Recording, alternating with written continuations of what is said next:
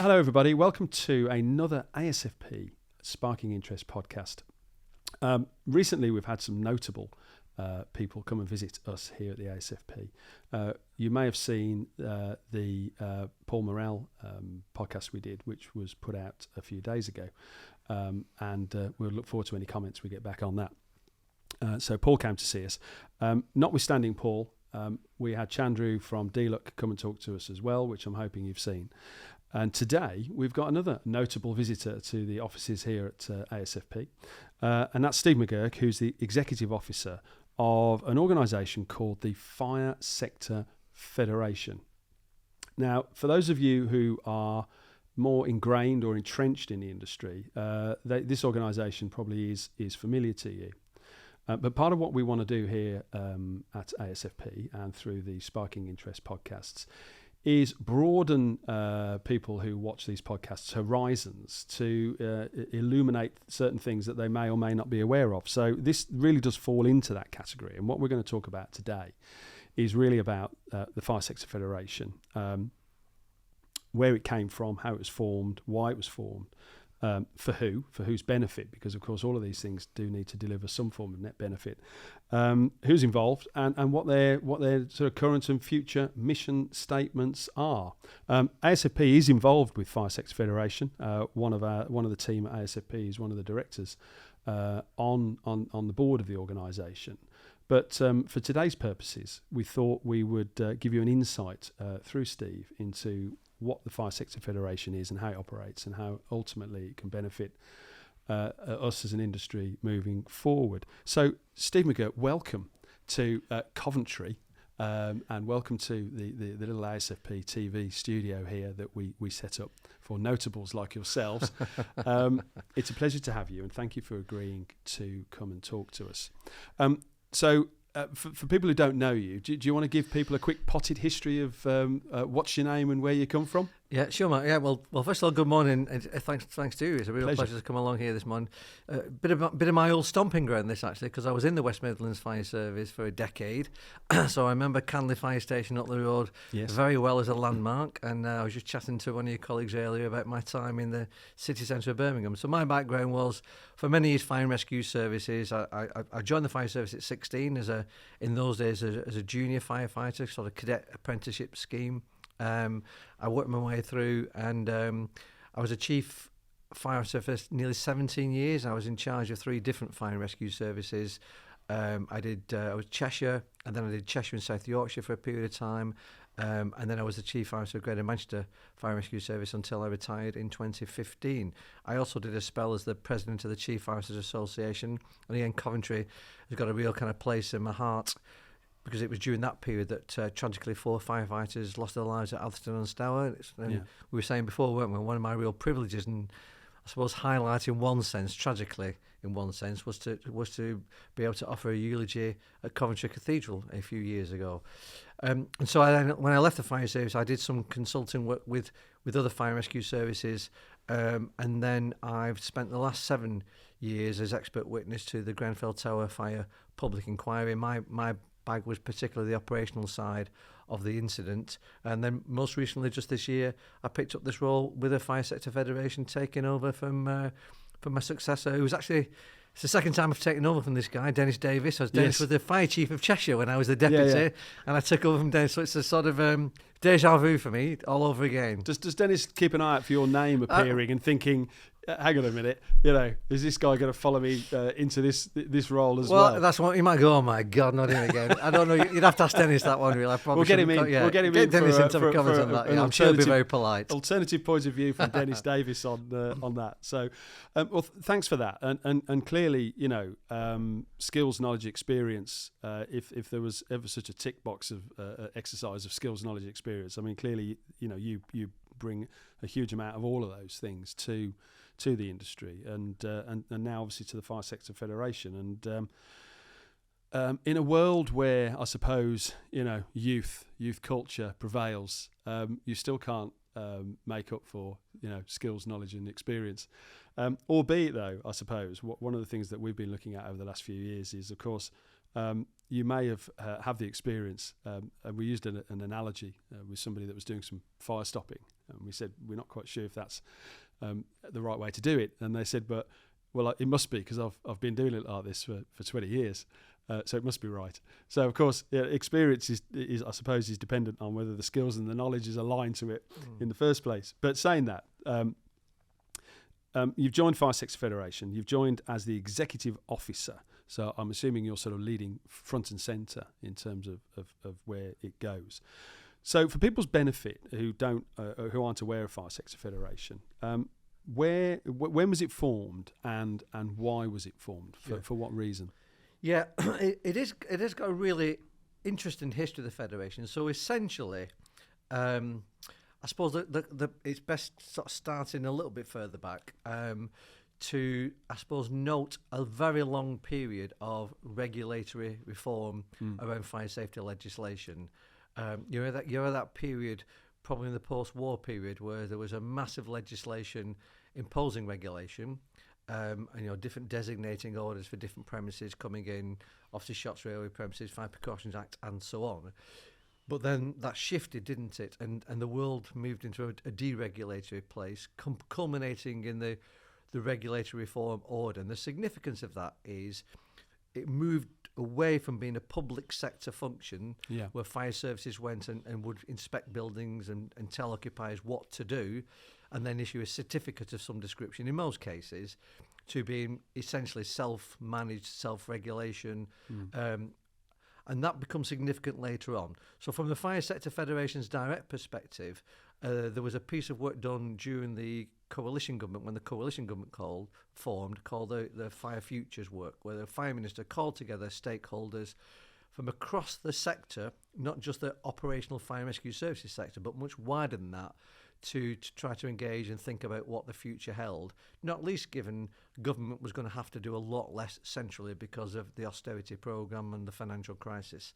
And on an outcome of that work, one of the challenges that was put back to the sector was this idea that it was very fragmented, very disjointed, and it would be really helpful to government in its roundedness to be able to get a more coalesced voice. They talk about one voice, don't they?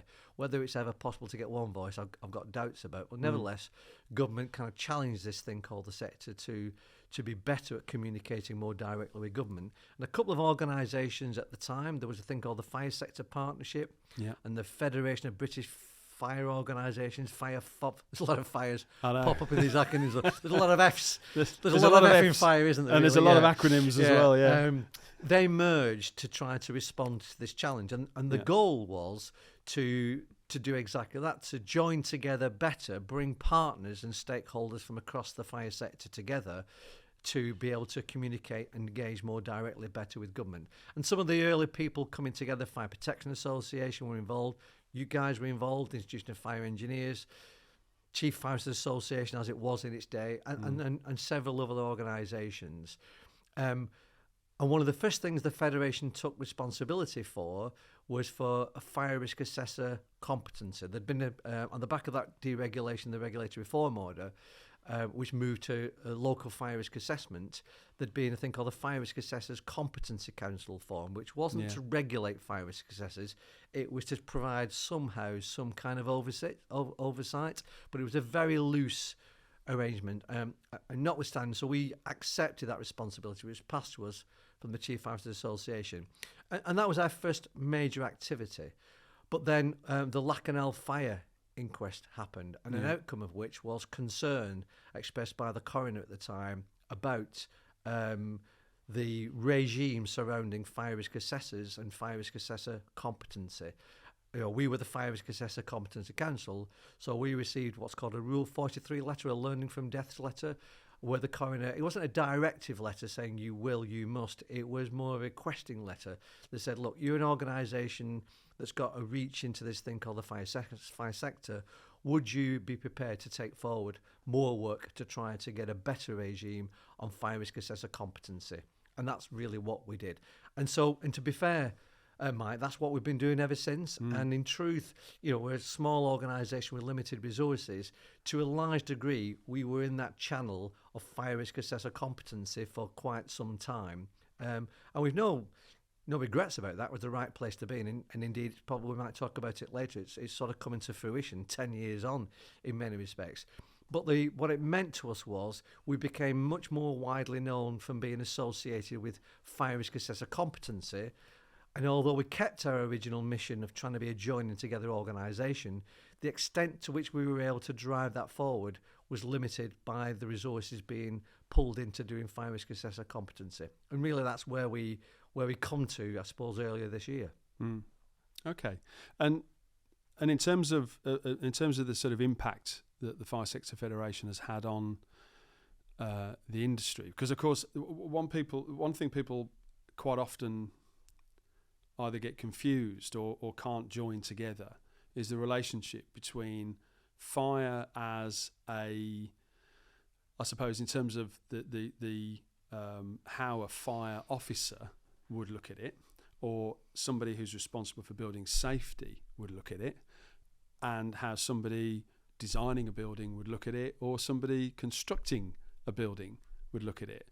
And somebody asked me the other day, what was the ASFP's view on the twin, multiple twin staircase debate, and I tried not to sort of give the typical MPs, don't answer.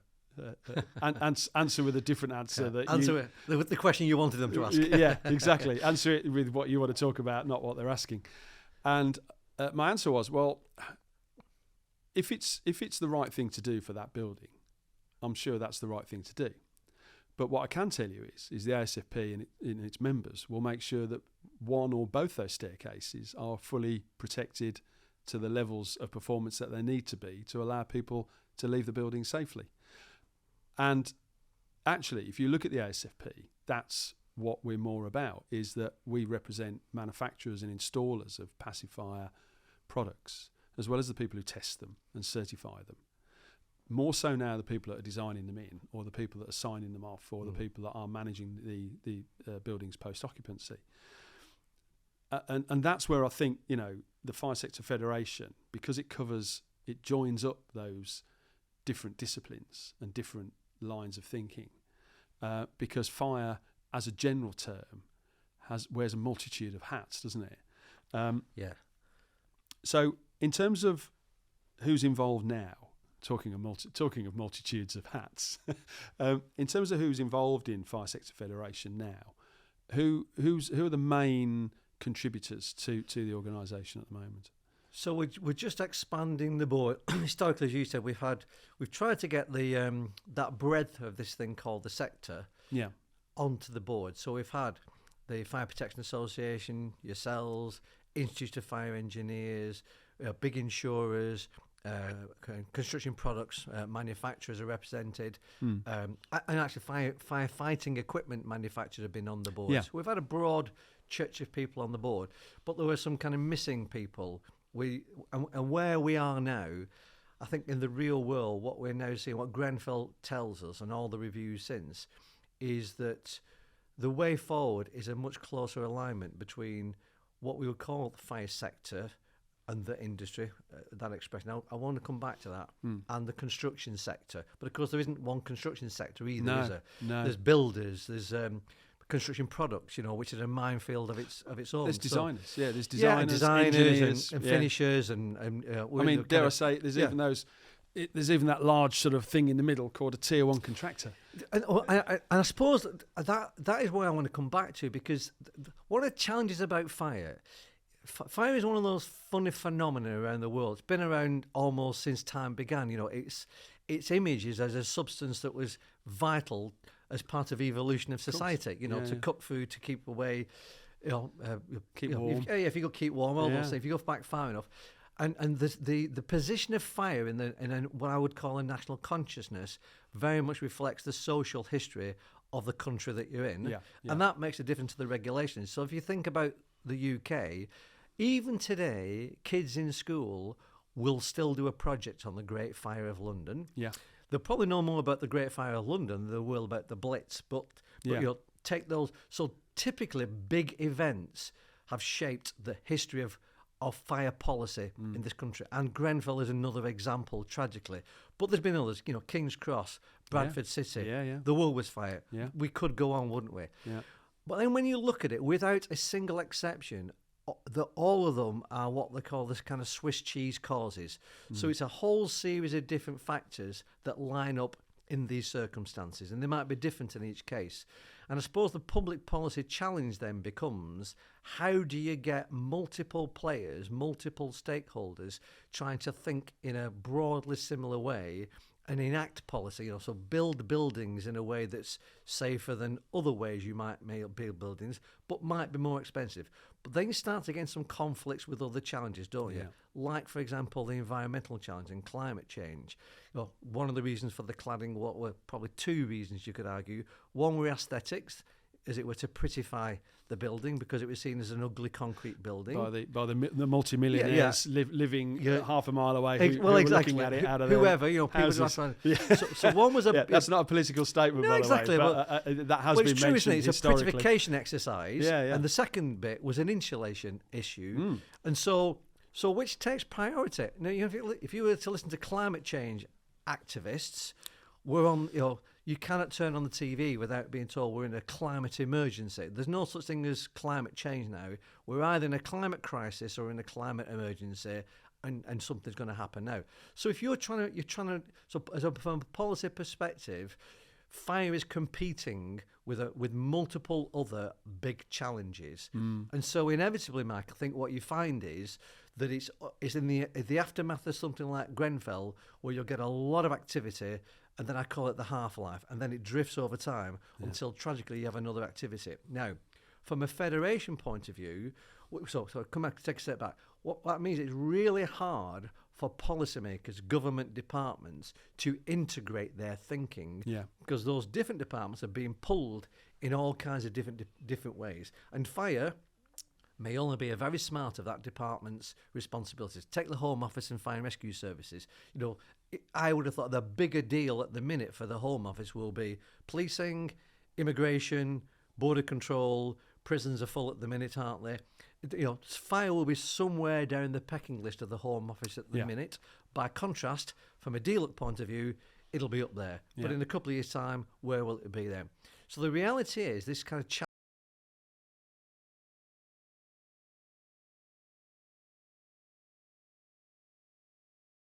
can make connections, figuring out ways we can share experience, knowledge, innovation. You mentioned earlier, experience is fantastic, but you've got to be careful not to be a Luddite, and you've got to welcome change. Yeah, but look at us, two exactly. grey-haired men of a certain age doing a podcast. Absolutely. We're not Luddites. But we couldn't even use the cameras properly. No, we have somebody far younger than that. We couldn't spell Luddite. So what does that mean to the Federation and who's involved? So we've had that group of people involved for the last few years, but I think this year we gave ourselves exactly that challenge. Yeah. Have we really got a good understanding of how broad this thing called the sector really is, but more importantly, how wide we need to reach out, because it's a lot more complicated now than it ever was before. And if ever was a good reason for us to exist, it's got even better. You just think about the regulators that have been invented in just these last 5 years. We never had the OPSS. Nope. We never had the BSR. And the idea that it's all Gateway coordinated. 2 and 3 that's now coming to play. I heard a really good, and I don't think it's true, I was at a conference, I think you were at the same conference the other day, Mike, and there was a colleague from the National Fire Chiefs was talking about how the intentions sometimes don't quite pan out into the reality.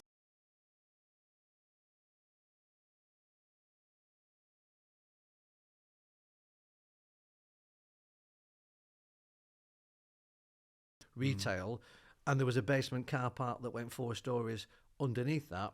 The 42 stories above the shops would be under the responsibility of the builder safety regulator. The shops, bars and restaurants and car parks would be under the jurisdiction of the local fire authority. Now that was never what was intended. No. What was intended with this holistic regime, but it's not turned out for that for very good reason. And I think it's a perfect example why we now need more than ever a neutral, independent organisation that can try to stitch together many organisations that might not actually be used to working together, or indeed they might always share the same agenda and being pulled in different directions. What we can try to do is coalesce them around the fire challenge. Yeah, and I think you mentioned there about a mixed-use building, and quite often what you find is, and by the way, on the cladding of Grenfell, I'm a fan of brutalist architecture. I was one of a number of people that tried to save Birmingham's library, the inverted pyramid, but unfortunately the structural reports. Yeah. Who is the other one, Mike? Who's the other one? There was two of us indeed.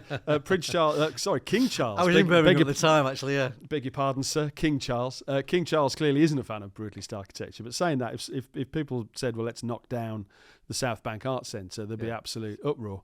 But I think what happens is that commercial drive, companies wanting to develop new products, new ways of doing things.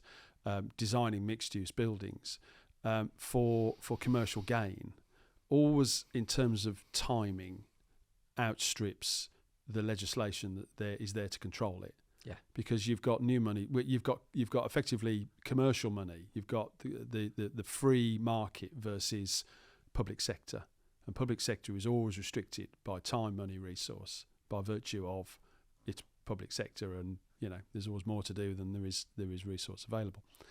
So I think it's interesting that how we've moved forward recently, in some respects, is catch up. In fact, a lot of respects is catch up.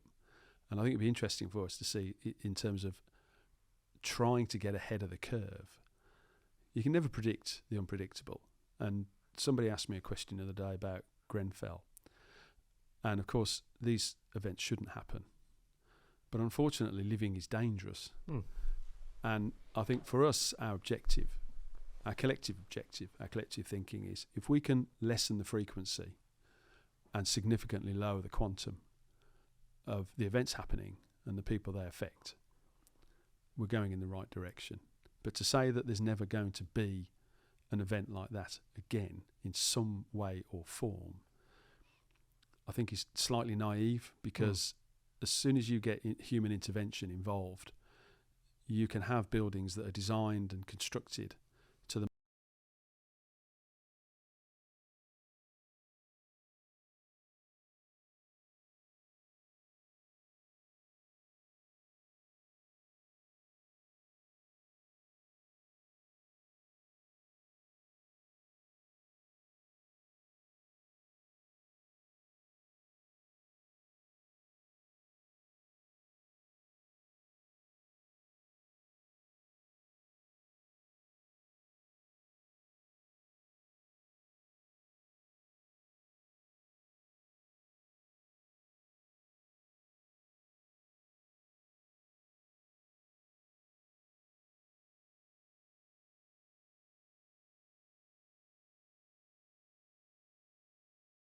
this will always happen because people are unpredictable, aren't they?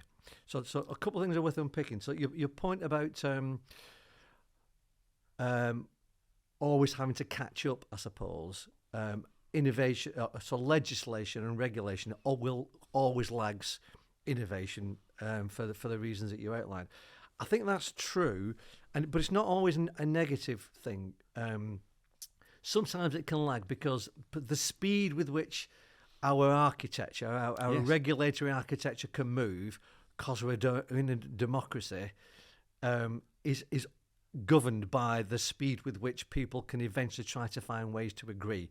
And not only agree, provide governance checks and balances. So we are quite fixed on this idea of governance, aren't we? At the highest level at Parliament, select committees, to the Lords, bicameral chambers, etc. But even in most organisations, we want checks and balances. We want to be audited and inspected. We won't get away from a regime as complex as that, because it's what makes people feel safe. Testing of standards and so on. The problem with that, you're absolutely right, is when something new comes along, the existing standard isn't necessarily appropriate for the new, because you've mixed and matched perhaps new materials that you'd never matched before. And that's an interesting one, because I came from the fire curtain industry. Yeah. And the fire curtain is a far more complex piece of equipment than the 476, BS 476 or BSEN 1634 could support. Those standards didn't represent the brilliant example. So fire curtain. So when door curtains were, when they were used in a particular passive fire protection sense, okay? German guy comes along and thinks these would be fantastic, because one of the problems for operational firefighters is when they go through the door, it's open and that can feed the fire. Yes. Wouldn't it be useful to have something that you could put up immediately behind you to stop that happening? Yeah. What a great idea. I'll invent a thing called a smoke curtain. Yeah. What's the test for a smoke curtain? Well, you're using exactly the same material of course, from which a fire curtain is produced, but there's no test for a thing called a smoke. As far as I'm aware, there still isn't. There is smoke curtains in the sense of curtains. There is a thing called a smoke curtain. Yeah, it forms part of the smoke management system of a building. Yeah. So it's all about the extraction or reservoir and controlling of hot smoke. So there is a test. It's the EN 12101. but it's not designed to stick in a door behind which you know there's a fire. These drop down on a. It's kind of somewhere between a fire blanket and a smoke curtain. Yes. Well, there's no such test, but you've invented a product and it's absolutely brilliant. And it's probably sold, I don't know, 50,000 more around the world. Now, I mean, I was asked to comment on these smoke curtains as part of my expert report in Grenfell. There's no test. The question is, well, these look fantastic. Why aren't they used in every fire brigade in the country, every fire brigade in the world? And they're now forming a really important part of the operational tactics now for a lot of fire and rescue services in fighting fires in high-rise buildings. And rightly so, because they're a fantastic bit of kit. As far as I'm aware, there remains no test. And I think we're a very long way from designing one. But they work. And they're brilliant. And that, I think, is a perfect example. That's one tiny little example, and there'll be thousands of these across the sector and industry. Yeah. And so, again, this is why I think we can play a really useful role. So if we've got clusters of experts, whether they're academics, whether they are different trade associations, and we can provide a safe space that they can come together and kick around their ideas and explore what's coming and share information about what's happening, you can start to build some different pictures, can't you? So from the insurance industry, a trend today is a problem tomorrow. Lithium-ion batteries is the problems with lithium-ion batteries and micro transport, etc., has been knocking around for about 10 years. Yeah. If you think about Grenfell, prior to Grenfell, there was the Torch, but there'd been Melbourne. So this was not the first occasion where there'd been an incident like Grenfell. Well, Grenfell was a fridge, wasn't it? I mean, exactly. You can't say that was human intervention, as in somebody had fallen asleep with a cigarette in their hand. The fridge failed, caught fire, and what happened. So it's an interesting dichotomy, isn't it? Exactly. So when you say, well, how do we address that? Yeah. Again, design fridges better. Well, exactly. So ultimately, if fire and rescue services have got the records that say we're having a load of fires in fridges, and the insurance industry bear in mind that only about 20% of all fires get reported to fire and rescue services, but most of them will probably go through insurers in some way, and the insurers are saying, well, cracky, 70%.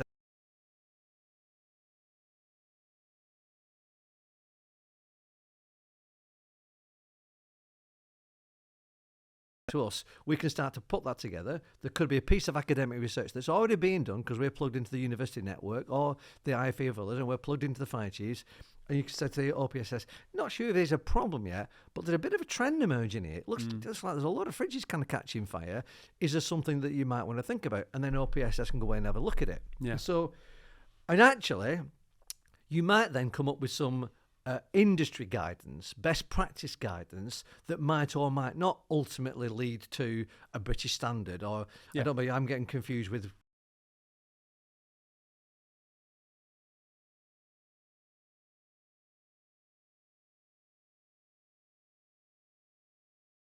Often they will turn into a British standard once BSI adopts it. Absolutely. Or you just go, depending on the importance of the subject matter involved, BS will review it and look to form a committee straight away. But as a regime, there's still a complexity. It's got to go through that process. Meanwhile, and that will take time, won't it? Meanwhile, you've still got fridges in homes, and there might be something that you can do. Do you know what I mean? Yeah. We see ourselves hopefully providing almost a kind of common sense bridge.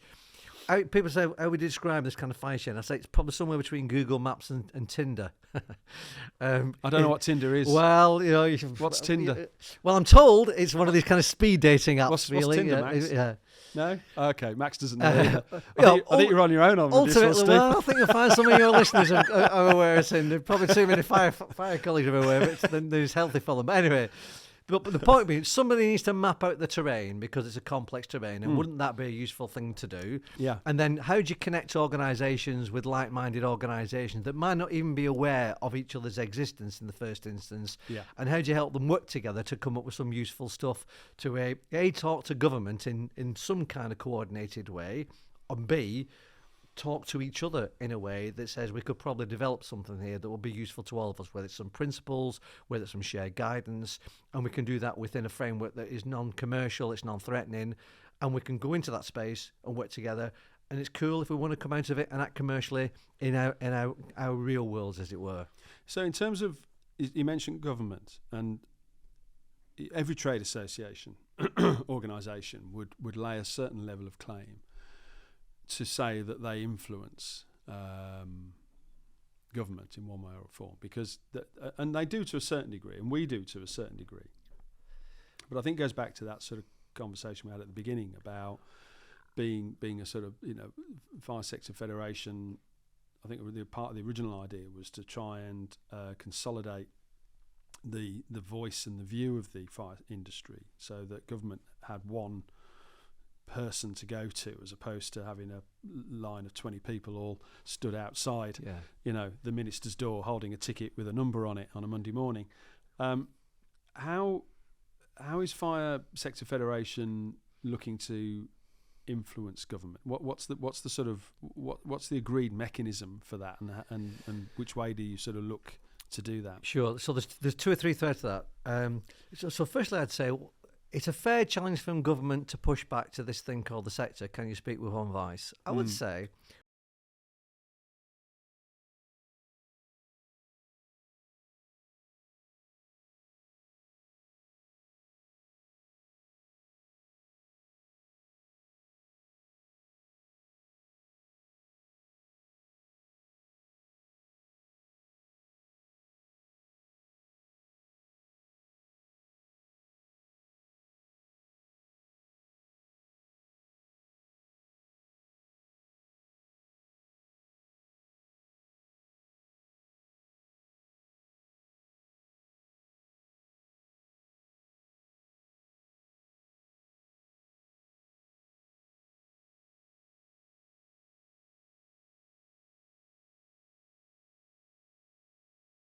some of it is absolute politics. And you mentioned the second staircase issue earlier. That is a good example of something that sits squarely probably between those two places. So where I think we need to engage in multiple ways and at multiple channels.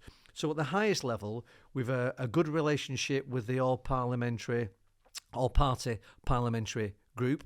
The function of APPGs is to I suppose, ask awkward questions of government, to be there to make sure government is held to account in another way. They've already got there's a select committee and other structures, and that's a point of a parliamentary process and laws and what have you. But there's an added, sense of annoyance factor of other parliamentarians making sure that this issue doesn't fall off the agenda. And they're not whipped in politically, and they're not. They won't be cowed down, because that's the point of them forming this group. So we have a good relationship with the group, not to be awkward, but just to make sure there's an authenticity to what we're trying to do at engagement. We need to engage across the departmental structure with officials, and ultimately we will need to engage more than we probably have in the past with ministers, and actually shadow ministers, because we've got an election looming next year and governments can change. And we certainly don't want to be a political organisation, but we do need to be politically sensible and realise that you can't divorce politics from public policy. So from the officials side, one of the parts of the architecture we're looking to build, we're giving it a working title at the minute of a Fire Congress. And the idea of the Fire Congress is to create a probably twice a year assembly, a coming together of different departments of government, different officials, different bits of the regulatory architecture, with key players, stakeholders from the fire and construction sectors. It'd probably be twice a year, 20, 30 people. We'd see ourselves acting as the honest brokers of those conversations. So from a government perspective, we think, and we've got good feedback so far, they would find it really useful to be going to a safe space to talk about future trends, to sort of explore what they're thinking before they're held to a hard and fast decision. Because when you think about it, where does government go, or where do officials go to explore ideas and parameters without those kind of colleagues lobbying them or wanting to influence them, saying, aha, that's what you're saying, is it? And then a trade association will go, aha, that's what he's saying. So they hate being, and quite rightly, being caught out with the aha moment. So we want to create a safe space where they're not going to get aha'd, as it were, by those moments. And equally, we don't have. By the way, ASFP doesn't employ Alan Partridge, so they won't suffer that one. All too sadly, we might look a bit more like a Partridge episode if you're not careful. It would probably benefit this podcast with his blazer. But there is that, isn't there? The kind of gotcha moment, I suppose. Yeah, you're right, and it's interesting because I talk to my peers. I talk to the likes of Ian Moore, the CEO of the FIA. And we all have a sort of common view about the improvement of standards, improvement of our own industry sectors. But of course, we're all quite unique because we fill the voids of those very specific areas. I mean, passive, the sector we represent, is seen as sort of one of the dark arts of the construction industry, and therefore, I did say something once where we had to shine a light on the dark art of passive fire.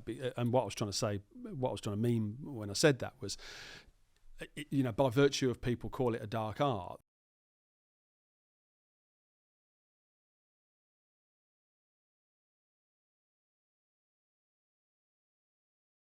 Of course, yes. Yeah. But so that's another really good example, because when you think about it, so which APPG would either you or Ian seek to influence? Yeah. Would it be the fire one? Yeah. Because they're really taken with fire and rescue services, trade unions have a big part to play, or would it be the one on construction sector, or would it be the one on construction products, or would it? Because there's quite a number of APPGs. Yeah. You're an organisation with limited resources, so's the FIA. Yeah.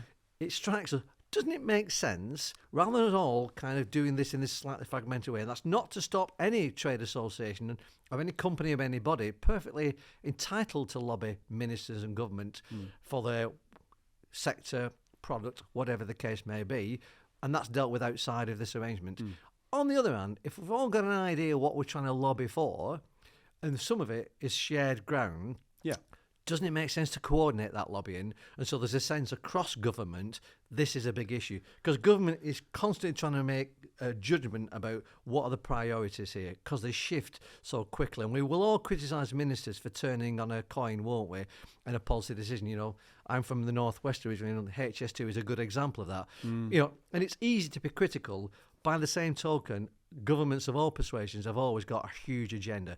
We've got Ukraine. We've now got the kind of Israel-Palestinian situation. We've got China, Taiwan. We've got a presidential election next year. We've got a cost of living crisis. We've got a governmental election. Absolutely. So there are huge pressures and priorities that make it inevitable.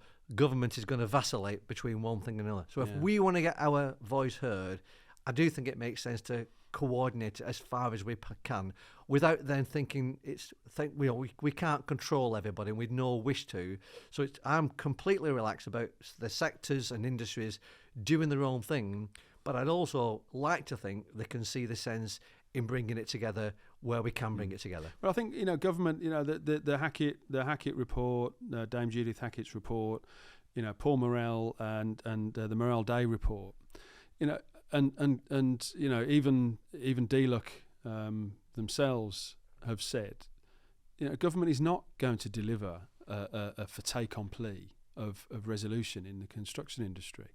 That's down to industry, and of course it's the associations, it's the bodies and associations that represent those different sections of the design, construction, occupation industry that are going to have to do it, because government isn't going to do it for us. And I think if I talk to if I talk to my counterparts at the British Woodworking Federation, Build UK, the FIA, and others, we're all very much sold on the notion that we know what we need to do. We need to improve competency. We need to improve the ability to be able to measure people's competency. We need to decide what competency looks like in these separate sectors, of course. We need to go upstream and downstream of our core membership groups. We're very much enthused at the moment about talking there's an ongoing process about getting architects and architectural technicians to a higher level of understanding and knowledge of the dark art of passive fire, because of course they don't necessarily specialise in certain areas as young architects. My son is currently at Nottingham in his third year of his part one, doing architecture, and they cover things like active and passive fire to a tiny level over that 3 period. It's a day in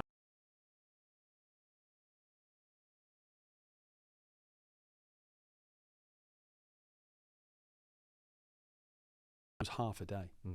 He then, I don't know if this was the right thing to do, he then told his lecturer that they should spend more time on passive fire, and he said, well, why are you saying that? And he said, so he brought up the ASFP website and said, that's my dad.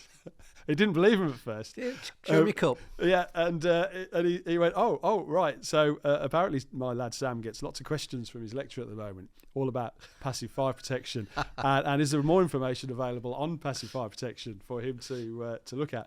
And so it is evident that they come out with a degree. They then effectively, as an industry sector, and there's other sectors, other professions that do the same. They rely on continuous professional development to sort of keep abreast or top up themselves in their knowledge.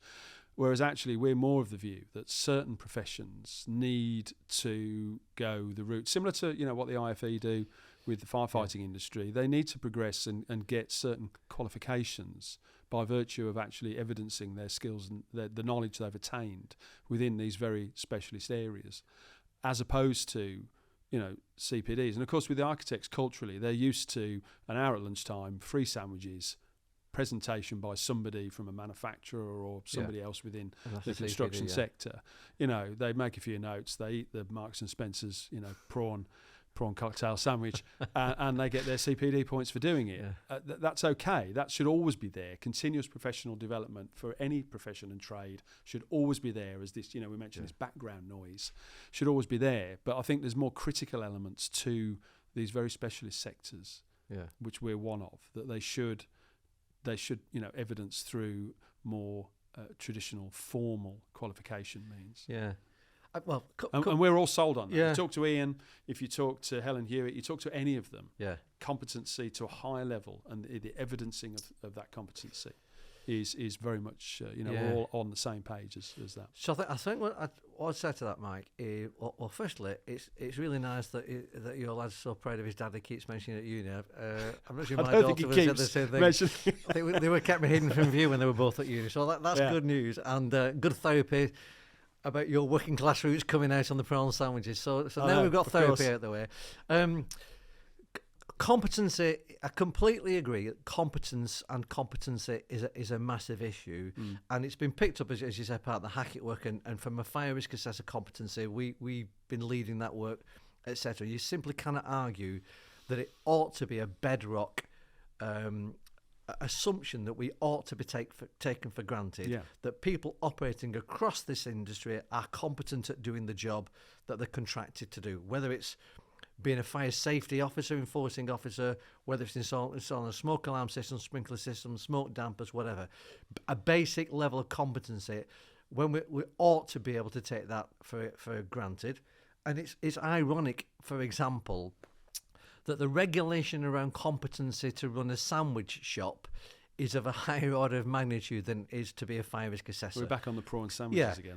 Well, you jar the prawn sandwich, maybe going back there, so I'll probably share the same baggage as you, Mike. Well, I'm an Aston Villa fan. We don't have well, prawns, then you've got an even bigger cross to bear then. We have Balti pies at the Villa ground.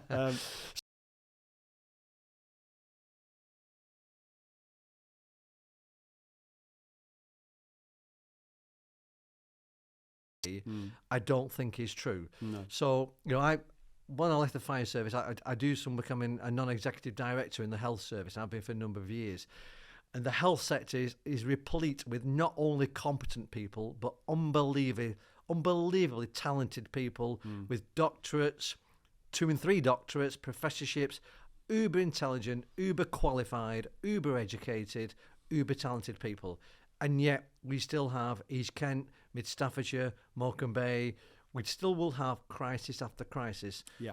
And what that tells you is the dominant issue here is human factors. How people behave is the significant factor. So coming into then your point about the acceptance, the industry's acceptance that it's got to lead itself.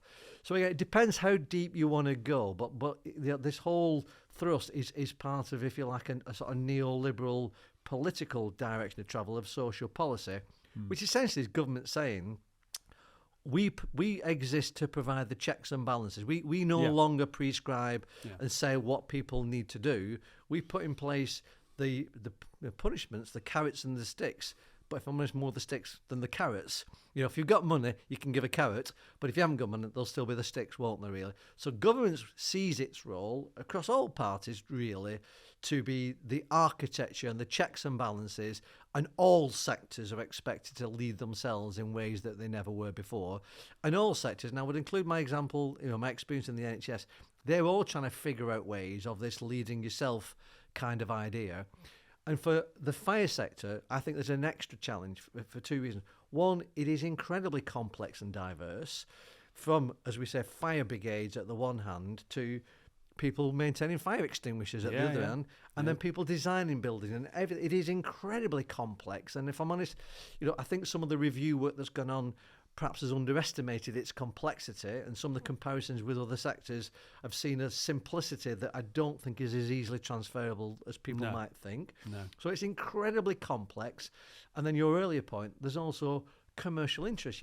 The very survival of some organisations depends upon them ploughing that furrow. And they may well be able to agree intellectually, it would be a good idea over here if we could all agree on this. But if I agreed that, I'm out of business.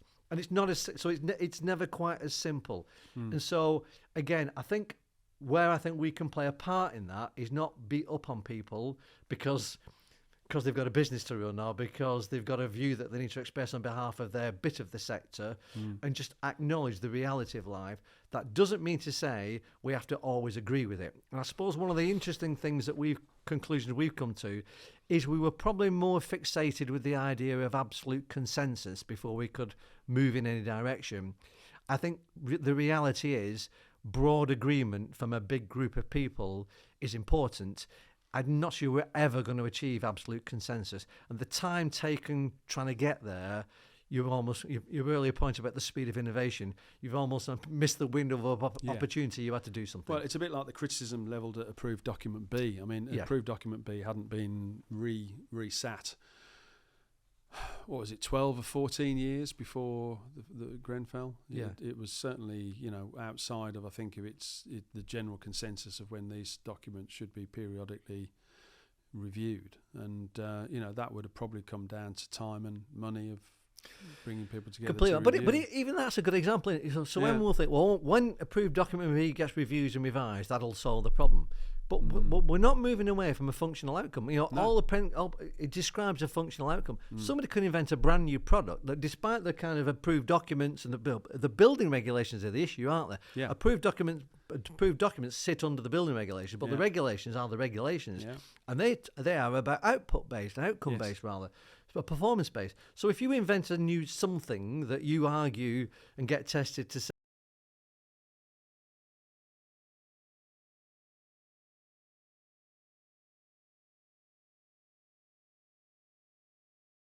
what you need is architecture that understands what's changing, what's coming, and does the best you can. And if you look at architecture now, of course, there's a lot of this modular, volumetric methods of construction, and they bring challenges, again, just by virtue of the fact that it's a different way of bringing a building together. That industry doesn't use the word construction. No. They use the word manufacture and assemble. Funnily enough, the MPBA, which is the Modular and Portable Building Association, is about a mile over your left shoulder. So they're our nearest fellow. I need to get them tagged into the fire chain. Then I'm not sure we've captured that one.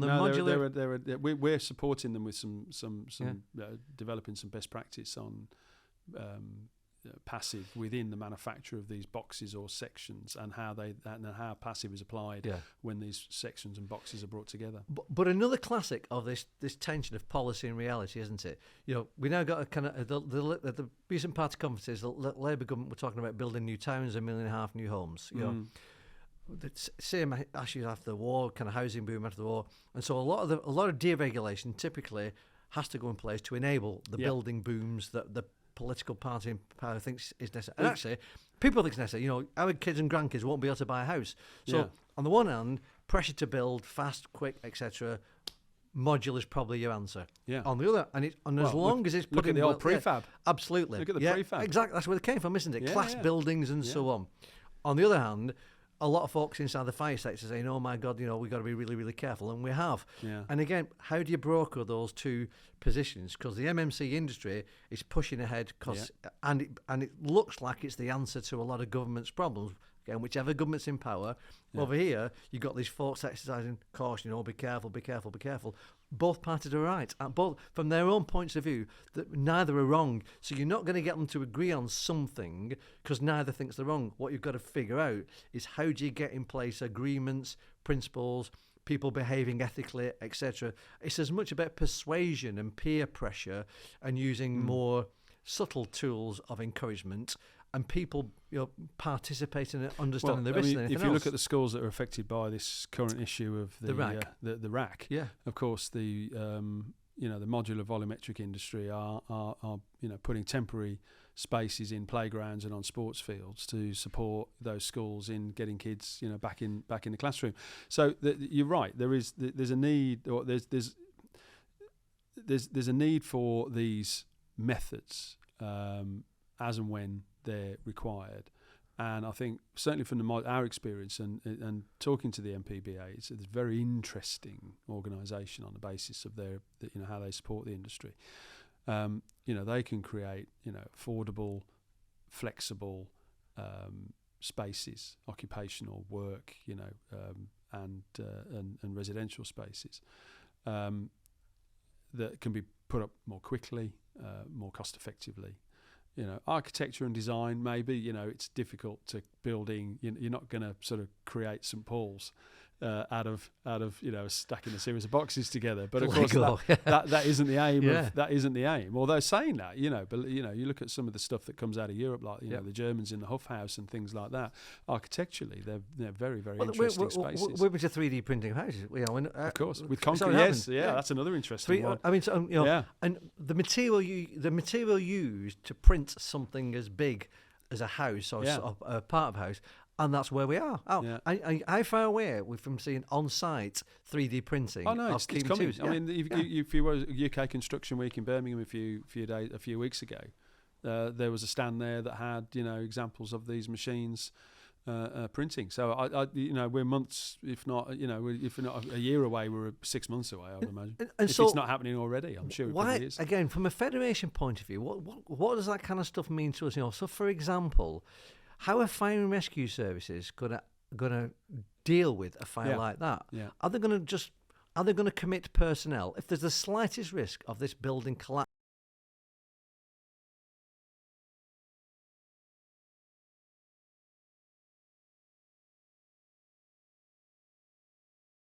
Fire. What does that mean? Does it change? You can now get the sort of I can't remember the expression, but you can get to the old pieces of 3x2 timber. Yeah. It's now essentially timber chippings glued together. Yeah. I think it's on sale in the States. Is a very, and it will pass all the tests of timber. And it's a bit like a pork pie, and as long as there's so much meat in it, then it's by definition a pork pie. Oh yes, but there's other stuff in it that isn't quite a pork on occasions. Yeah. And so so it might be 51% pork to be a pork pie. Of course. This stuff is whatever. As long as it's 51% wood chippings, that enables it to be described as timber. Yeah. But when 49% of it is glue, and it's fine as long as it's not involved in fire. Yeah. Not only is there a kind of flammability, there's a structural issue, and sometimes the gas is given off by some of the glues. You're talking about phosgene gas and so on. Yeah. And we've now also got an issue about background toxicity of the materials given off during the fire. So just that simple issue of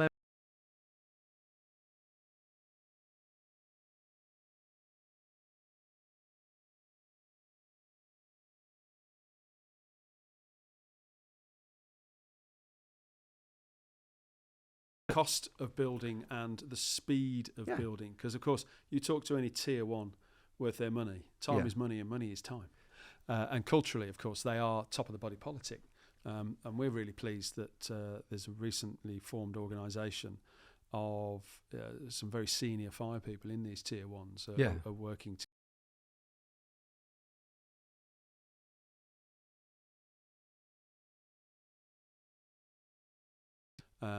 because they recognise as part of the construction process that they need to improve their own standards.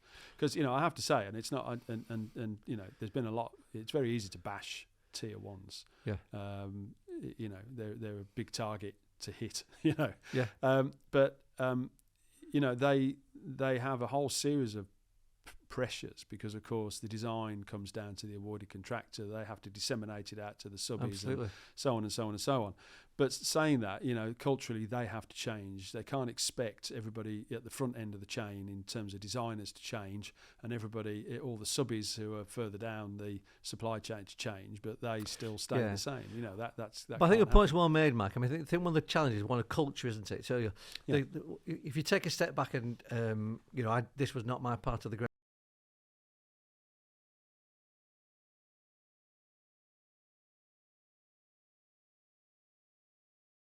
with almost a casual disregard for safety in this kind of construction industry.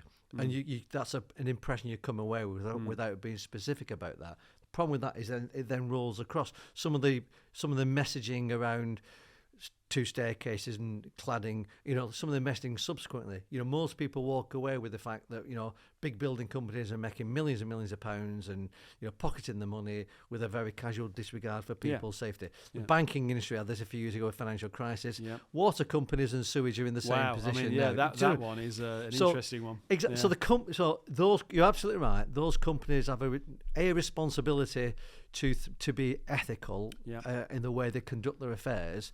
But actually, you can be if they're an ethical business that's out of business and people are losing their jobs. We also as a society have to recognise there is a balance to be struck for those companies as well, and a bit more maturity that doesn't assume they're all nasty people trying to make every penny that they possibly can at the public's expense. I think so. Organisations like yours, and there are answers, aren't there? As long as we've joined them up, passive fire protection. I think more and more and more the way fire brigade tactics are being driven because of some of the points we've touched upon, but also some of the health and legislation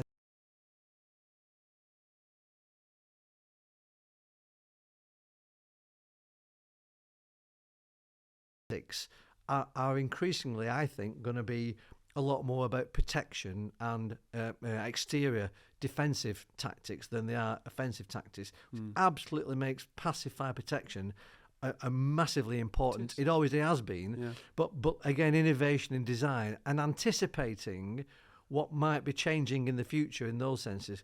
Again, come back to for the sake of a plug for the Federation. If we've got all those different organisations around the table, that's where we can get those conversations and a better mutual understanding of each other's priorities. You're right, and I mean, I spent a lot of time on building projects in the Middle East, and one of the conversation points that always crops up in Dubai, for instance, was boundary issues, as in they were squeezing these huge, tall buildings right next to each other, where you knew if one of them caught fire, all the reasons why the old Section 20 Fire Act came into existence to stop fire going from one building to another. They're having that conversation because they're trying to squeeze in these enormous towers, and they're doing it, hundreds of years after the fire of London, or 75, 80 years after the Blitz, and what happened in the docks areas of fire moving from one space to another.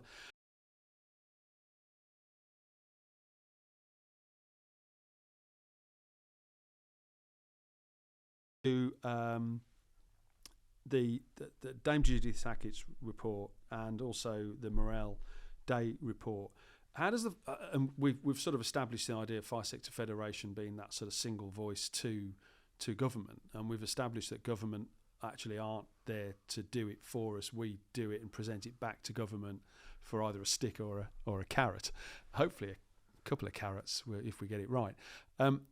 How do you see Fire Sector Federation galvanizing the outcomes of both those reports?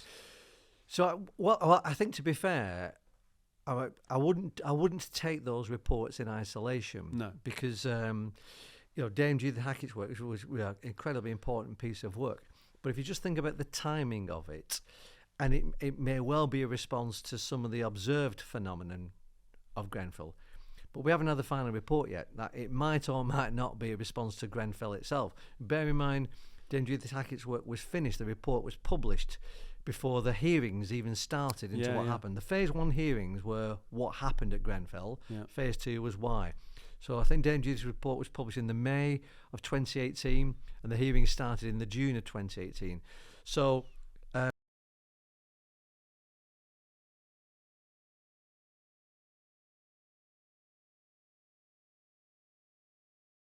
Dame Judith Hackett's work was published. And the similar will be true from the Morel. But as well as that, we had Sir Ken Knight's expert panel. There's actually been a white paper on fire and rescue services that was not been a government response to. As you're saying, running in the background is the review of approved document B. And so there's a lot of review reporting work that was triggered by Grenfell. But until we see the final report, it might or might not be the answer. And I think it's going to be really interesting when that final report comes out. To what extent does all of the massive amount of work that's already taken place actually address the final report and what it says? Because I think there's a lot of folks haven't really necessarily connected that reality that we haven't had the final report yet. So from our point of view, what I think we want to try and do is be that, let's just take a step back. Sometimes, one of the criticisms have been that of the Federation is, we don't need another talking shop. We need to kind of take action. And I think that's true. I think part of our USP is because we're not a trade association, we don't have to take action necessarily if it's not the right time to do it. I'm actually quite relaxed about other people taking action. As long as it's on our radar, we know what's going on. There is a little management handbook called the Best Senior Managers Sometimes Do Nothing. Exactly.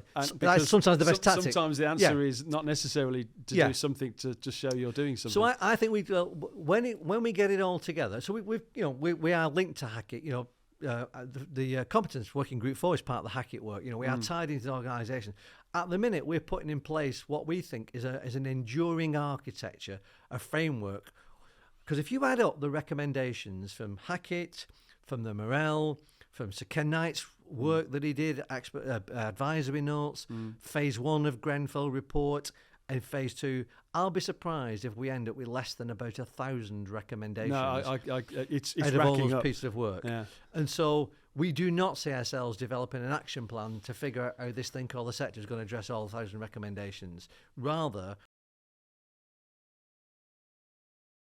trust, they've got confidence in, and we can figure out how to get to solutions together, and there will be different solutions. So if I took a look at that Congress, it may well be we see ourselves producing probably state of the nation type reports and outcomes, consensus paper outcomes.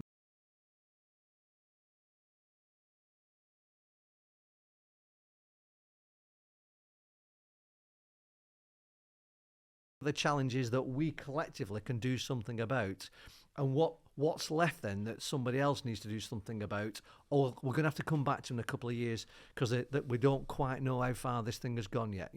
So we see ourselves providing that sort of integral. The kind of Google Maps / Tinder thing. How do we connect all that lot together?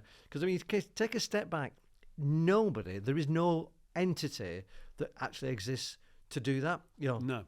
And we think that's a really useful thing to do. And we'll see in a couple of years, Mike, ultimately we think that's a compelling argument, but we are going to need people to join us and get involved, and they've got freedom of choice. I would hope they think that's a really useful thing to be part of. But if they don't, good luck with the haphazard way of going about things in the future. Yes, will be my view on that, I suppose. It's interesting because, of course, we're seeing an increased level of activity in there's certain individuals or some organisations that sort of have recognised the value in the opportunity that all of this has created, and we see the words things like moral and integrity spread around an awful lot, and you can sign up to this organisation as long as you sign the moral charter. But if you scrape away the veneer, there's no checks and say you're more or less moral than somebody that's not signed up to to a charter. I think that's quite it's virtue signalling, isn't it? It's really? virtue signalling. It's naive. I'm not, the ASFP will be 50 years old in 2025. We've worked to develop best practice, and we've always, contributed to British standards and the wider stakeholders to constantly look to raise the bar and bring everybody along on that journey. And the one thing we don't try and do is we don't try and preach, and we don't try and virtue signal for the sake of it. Our legacy to victims of fire is that we continuously look to improve standards to lower the frequency and lower the quantum of the fires and lower the quantum of those affected by. That's our legacy. Not sort of some of these other things. Well, I think that's right, Matt. I think, to be fair to you guys, and I think there needs to be an acceptance that you can only go so far. Yeah. You can make sure people are well trained. Yes. They're well qualified. Yeah. They're competent. They can do the job. You've produced guidance that tells them how to do the job properly. You keep that under review, so you make sure you're up to speed with current thinking. That's it. If in the end some dodgy supplier wants to go and do what they want to do because they're driven by profit, you can't really do anything. Somebody wants to install you it. You can badly exhort or people, but you sort of say, in the end, if you try to say, well, we're not having anything to do with those people, well, they exist in every bit of the world, don't they?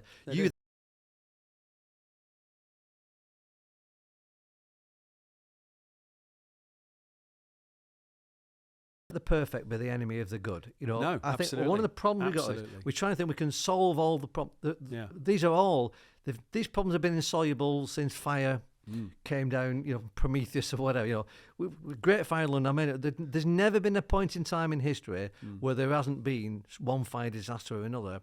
And I don't think, as we said right at the outset, that there ever will be a point in time in history where that's not true, because society changes and things change. What I think we can all do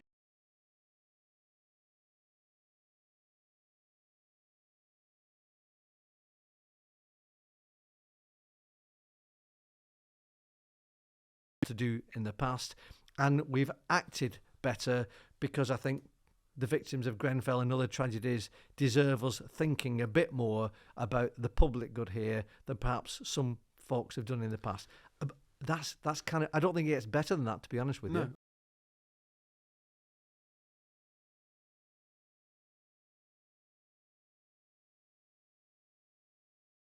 And what that means is you build a greater appreciation of people, other countries, other cultures, and the preconceptions, misconceptions that you have of those countries or of the people living there, disappear. And in some respects, looking to continuously raise the bar on training and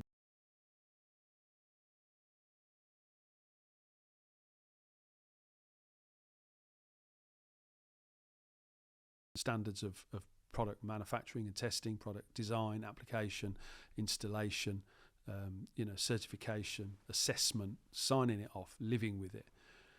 That if we can achieve that, if a big achievement for me would be if a plumber is employed to install a vanity sink basin in a care home, and they drill 3 holes in a fire-rated wall, one for the hot, one for the cold, one for the waste, and when they're finished, they go to their van and they get out 3 of those little sticky, intermittent patches to make good the holes, because it's in. You cracked it. Their conscience has been broadened by the level of training that and knowledge that we disperse as an organisation. Then that's a winner. And you're unlikely to see that on 100% of occasions. No, you won't. That doesn't mean you shouldn't keep going. If it's the majority. Completely, yeah. And to be honest, in a way, I'm not sure we'll ever get an understanding of how far away, how do we know how far away we are from that? Well, in fairness, fire deaths and injuries have been coming down. There'll be a constant, you need to keep an eye on what's happening. That's why trends and data becomes important, doesn't it? Somebody said to me, the reason why fires in domestic properties have come down so much is the demise of the chip pan, and the fact that smoking is now sort of deemed as something socially unacceptable. But of course, that then gets rebalanced by the increase of lithium batteries in literally everything we use, and they seem to have an uncanny habit of, These things are always multifactorial, aren't they? Chip plans were one, improvements in safety, electrical installations, rewiring was another, changes to furnishing regulations was another.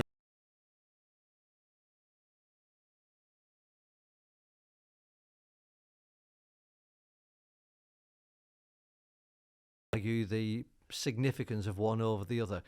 In the end, I'm not sure we'll ever get a true answer on that. No. And that is, again, exactly the point. It's only when you put a lot of this stuff together. This is not pure mathematics. It's a complex set of interactions. No two fires are ever the same. I know it's a twee expression. We're sat in this room. It's a kind of conference room type facility and what have you. But if that corner was full of foam furniture, or it was full of lithium-ion batteries, that door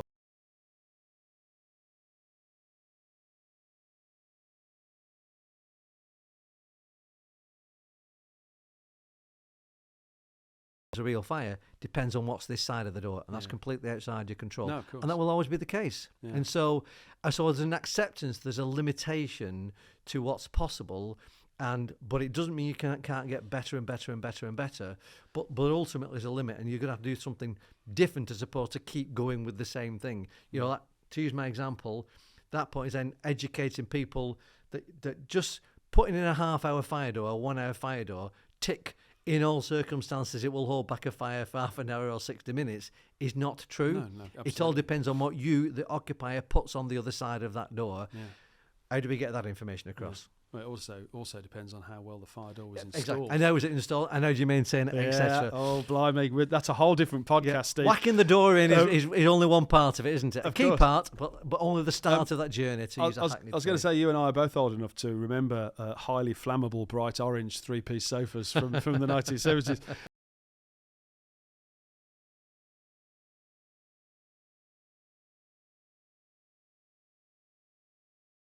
Brine Island, do you remember that as well, crikey? Yes, I know. Yeah, that was. We could. The list could go on. I've got a couple of other questions. I apologise. I've sort of written a few things down because I wanted to make sure we got into as much of the reads as we could, so the.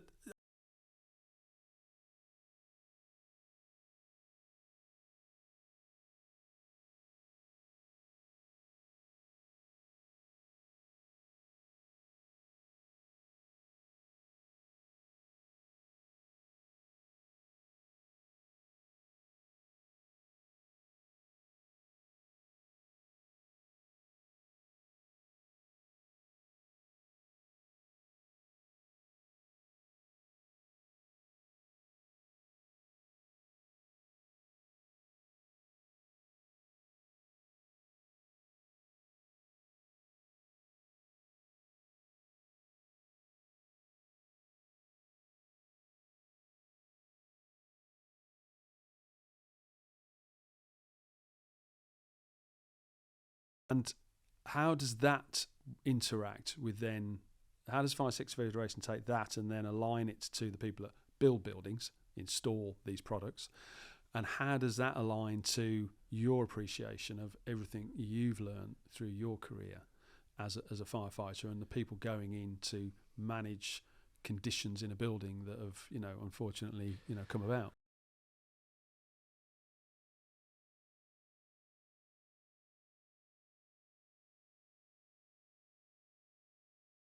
And I was an inspecting officer under the old fire safety legislation. So I understood about construction products and fixed installations and pacifier technology. All that was part of my understanding. But the extent to which I ever reached into those industries or sectors was very limited because I felt I had a big enough paper round of my own, really. And I think the same is completely true of all those other sectors. And I wouldn't say people exist in blissful ignorance, but I think there's a massive lack of appreciation of the boundaries of different parts of this sector. And so I think the first thing to say is we need to make sure that we've got respect, mutual respect, and a mutual emphasis on the totality of this thing called the sector.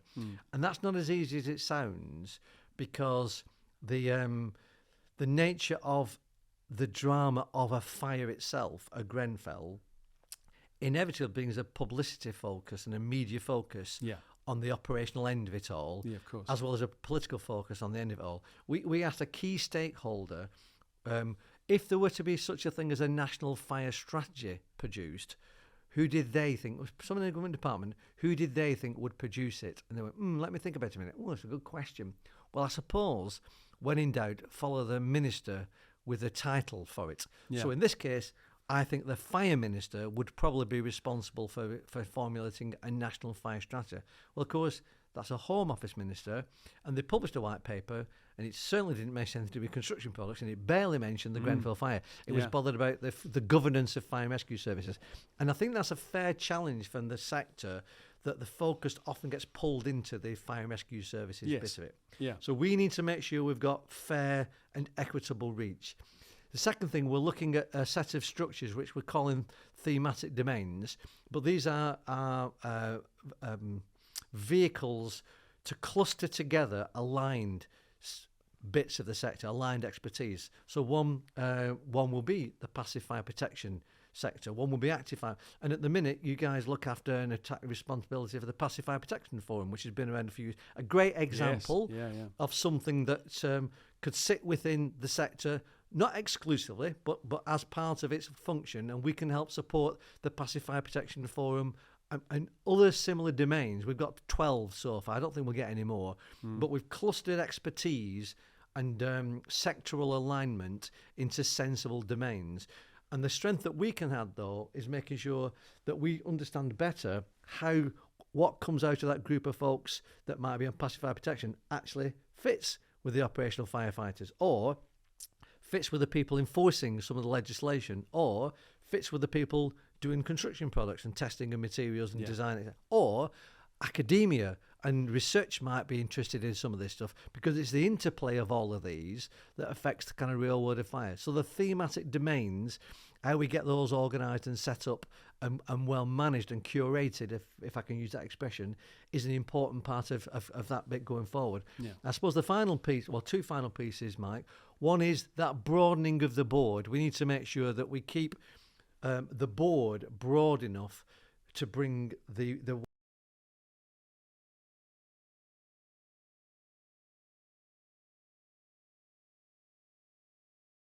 Again, we see getting the Construction Leadership Council on the board as giving us a bridge into the wider element of the construction sector. So CPA is in there, isn't it? The CIC, CLC sits over, is it UK Build Alliance, and other organisations like CROSS that used to be the kind of ESCOS, the learning organisations.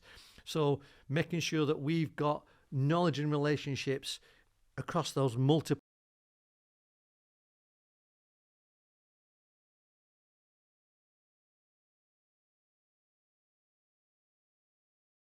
elastic links between that trade association, that key body, and the fire, so you can almost see this network management of how we link them to the domains. And the trick will be good communications, good network management, being pretty agile, and not essentially hardening a point of view too prematurely, without understanding how different bits of this kind of network think about this thing.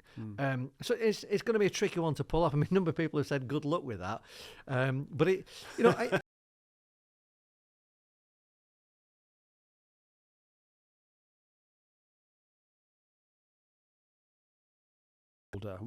from each discipline. So if you look at the RIBA plan of work diagram, it takes you from, across from left to right through the whole design, procure, construct, sign off, handover, occupation process. And if you look at it, if you use that as a data for getting a person in the room to represent each one of those, and then on going down each one of those, there's professions and trades within each one of those headings. The proliferation is significant.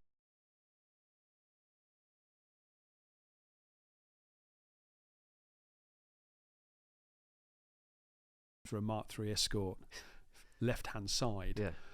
When you have the right-hand side, the proliferation is 2. and if they're both yellow with a clear bulb, that's okay. But if you then introduce two more, which is a clear lens but takes a yellow bulb, the proliferation is now 4.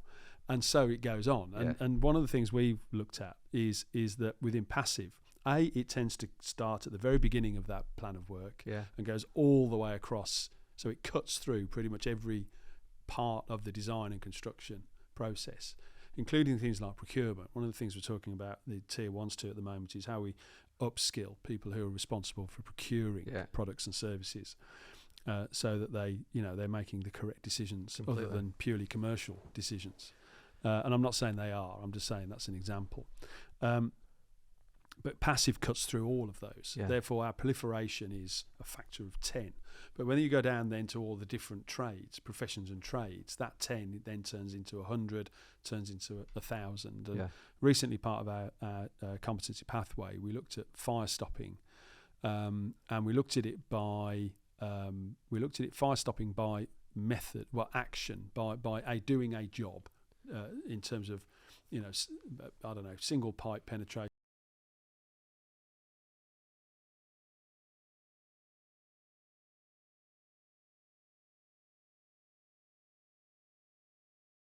Therefore, you've got to batten board it, etc., etc. So we looked at all of those different ways of achieving certain outcomes, and I think we got down to just on sort of penetrations alone, it was like 179 different methods. So the proliferation, the single countable unit, or if you call that one different action or method of fire stopping, the proliferation of penetration fire stopping was 179 different ways of doing things, and so if you times that then across all of the passive fire sector, you're millions, aren't you? Across design, and across all the way through it to handing it over and it occupies.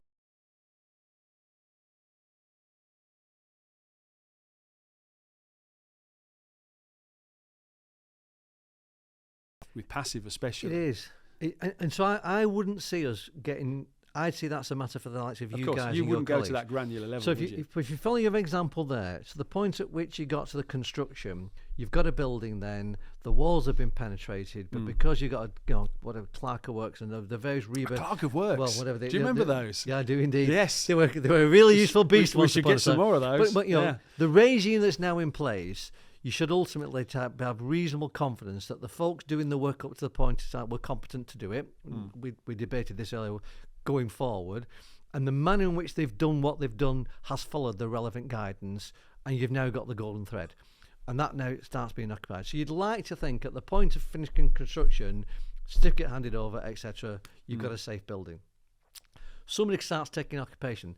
That's when they start knocking holes in walls, and they're saying, "What?" Back to the vanity sink in the care home, isn't it? Exactly. You're back to your vanity sink in the care home, and then so then you've now started to get building control, local authority building control involved. I very rarely hear local authority building control mentioned, but they're an absolutely central piece of this architecture. Absolutely, more than essential. Who they've now got the multi-agency teams and they liaison with local authorities. Well, this company's coming along. They want to knock a load of holes through this wall. They in fact want to not.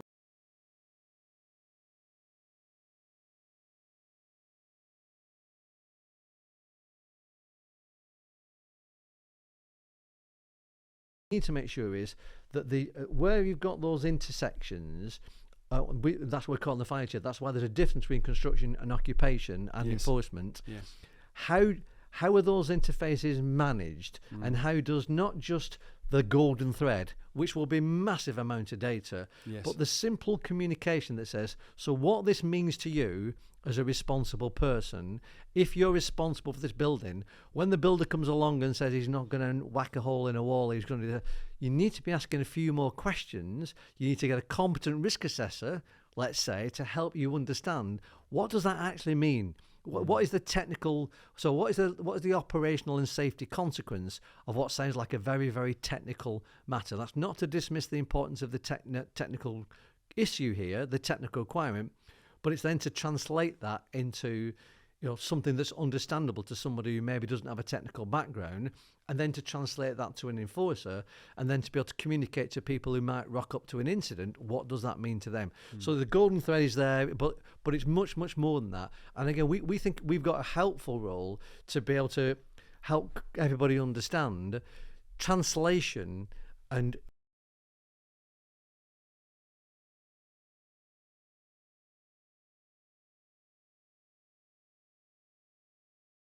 complexity to a level that's unrealistic, accepting you guys are the experts. You tell us about what does it mean.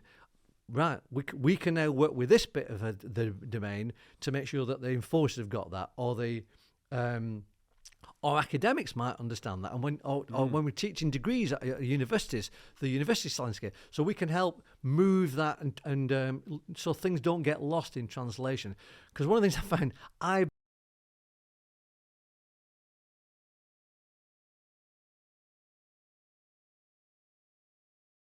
and these are voluminous documents, and these are on top of British standards, PASs. If you just printed these documents out, and for the local plumber person installing, they're rocking in them at 8 o'clock this morning, they're rocking up to the suppliers, they're getting the kit, and they're going to be on site fitting this stuff, and the documentation that they've got to think about could have filled a table this size, couldn't it, if you're not careful? It is, and a lot of it is I use the phrase freely available. That means two things. One, it's free, or one, it's available for people to get hold of.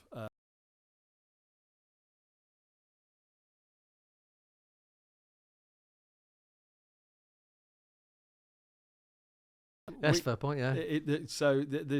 We had a debate with another organisation about what the definition of freely available meant. So, for instance, ASFP's technical guidance documents and advisory notes, they are free to everybody. You don't have to be a member.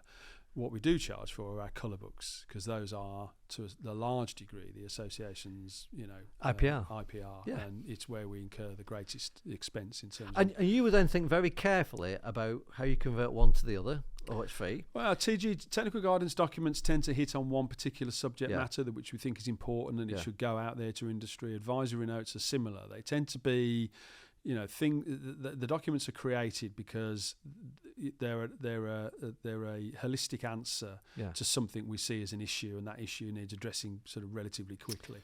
So that's a really good example. Like from government consultations are coming out all the time on this stuff, aren't they? So and we're trying to better coordinate what we say, and we see part of it is to make sure we've plugged into the membership, and then we're not all saying the same thing or saying wildly different things. And that point about guidance is really well made, Mike. Increasingly, we think there's a need for the industry to coordinate its response to government consultations. We've just gone through one on the furnishing regulations.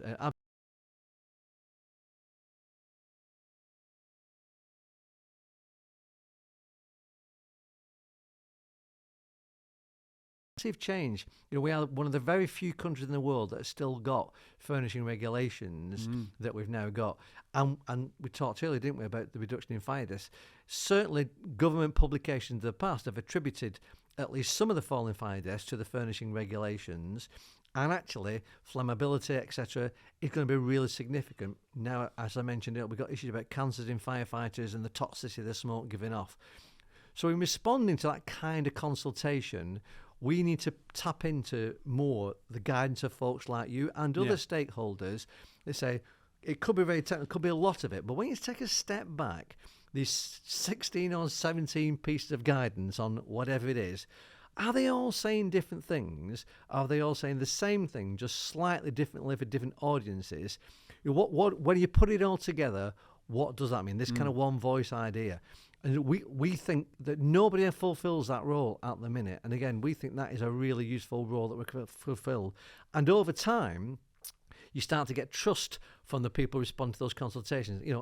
In this country, I don't think we have ever had a slick operation whereby key stakeholders in the industry concerned, when you're industry-led, have figured out a way to work together to make sure that when we're responding to a formal government consultation, we're at least saying some consistent things, because that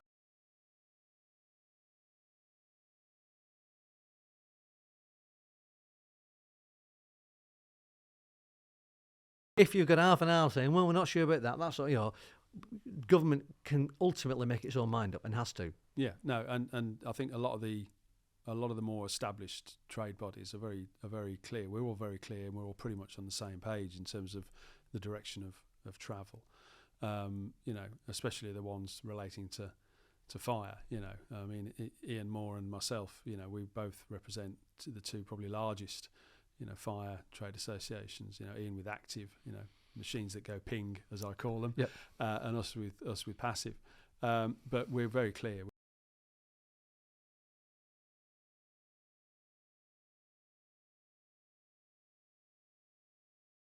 So, sort of over the next sort of few months, your immediate goals are, I'm assuming, then to try and galvanise the people involved in this. I know you, the Fire Sector Federation, released a white paper on what was sort of the bones of a national fire safety standard. I'm assuming, I always try and use the word carefully, standard, because people interpret the word standard. Yeah, it was a white paper calling for national strategic thinking, I guess, rather than a single document, I suppose. I'm very careful with the word standard, because, of course, everyone runs off and goes, where's the British standard?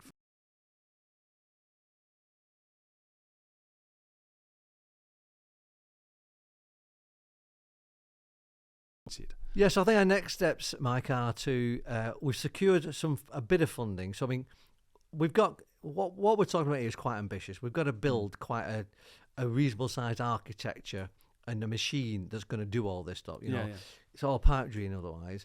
So we've got to design it and build it. We made quite a good start on that. We've got to build confidence amongst key colleagues who are already supporters like yourself, but we haven't been maybe as active as some folks thought we were going to be when we started. And I think there is a bit now that says, well, are we going to move forward? And that expansion of the board has been really important. So there's a confidence and an engagement exercise that we need to do at the same time. That's kind of going well. And we need to start to put all that in place with a plan, because we've got some bridging funding, and it gives us a good 2 or 3 years to put all this lot in place and build it. And during that period of time, we also have to build support and increase the membership base, because ultimately this is going to need funding. We never see ourselves getting a massive organisation, and to be honest, I think the level of funding that we're talking about is generally very modest, even when we got to a steady state. But we're not there yet, and bridging funding doesn't last forever. No. So the good news is we can get it built. What's that? I'm channeling Kevin Costner, isn't it? Build it and they will come. That's kind of where we're being. Yeah. Yes. So we need to build it. Or Spinal Tap. Exactly. Book it and they will come. I think. Yeah, absolutely. Yeah, I think it's probably better. Yeah. So we're going to get that built. Win support and confidence. Get it well designed. And then get moving and start to put it in place and start to build the membership base. And so ultimately, a couple of 3 years' time, we would want to be able to look back saying, we've now got something that is really powerful. We're all clear what it is and what it isn't. And it's not ridiculously ambitious as to never achieve anything and get everybody frustrated. But it's a really effective and important part of the fire sector and construction sector landscape. No, and yes, the idea of growth is always an attractive one to most people.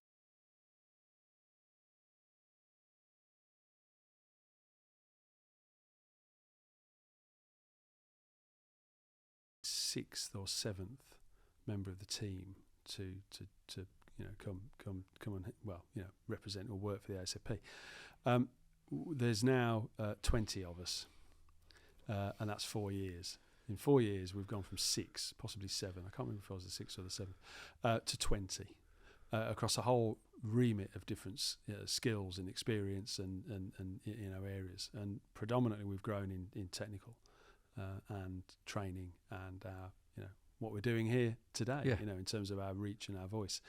And the biggest challenge for me is to make sure that the Americanism of a business term called the chaos factor doesn't creep in, where we end up in silos and Office A doesn't know what Department B is doing and vice versa.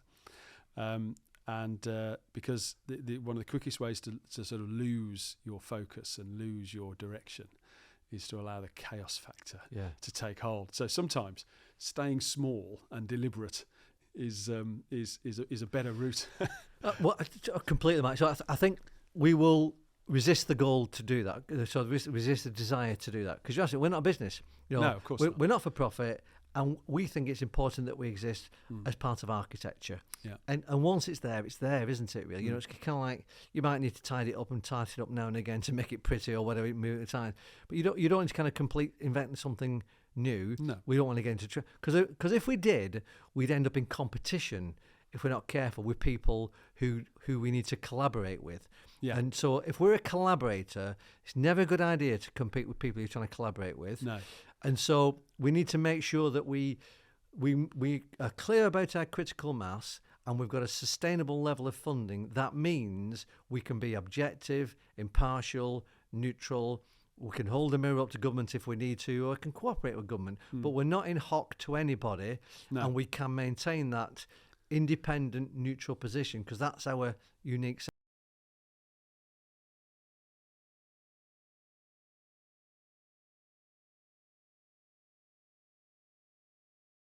thousands, maybe hundreds of thousands, but not high hundreds of thousands. Those are ballpark figures that we're in, and we could manage and choreograph and curate the machinery we've talked about today within a relatively modest sum of money, including a very smart website, digital hub, and what have you.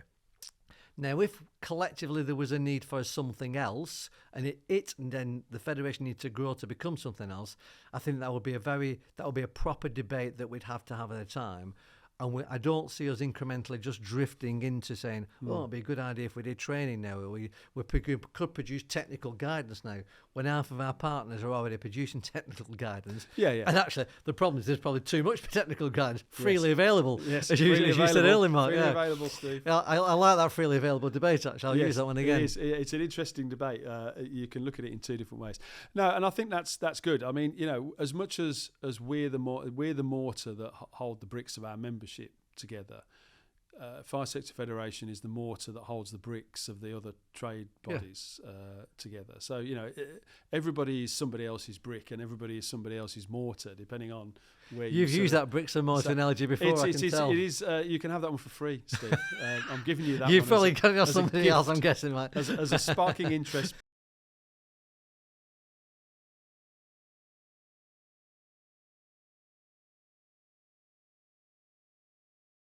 Shops. Let's get that on my list. And Amazon. No, don't buy it. It's awful.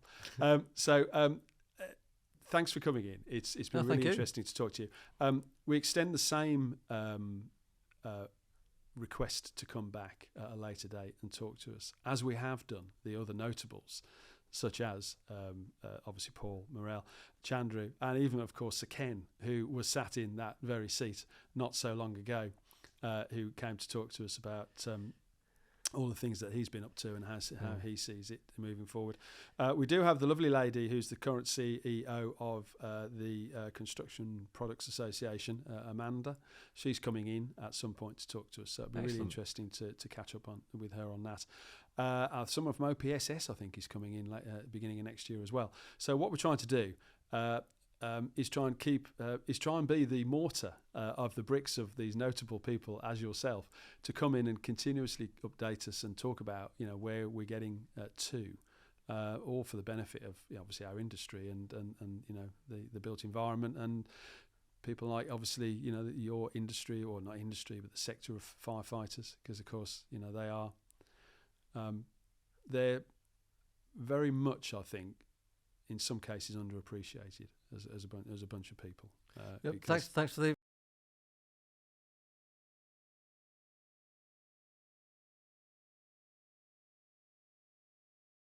overnight thing. No, it will probably carry on way past you and me retiring and bimbling around a golf course at some point.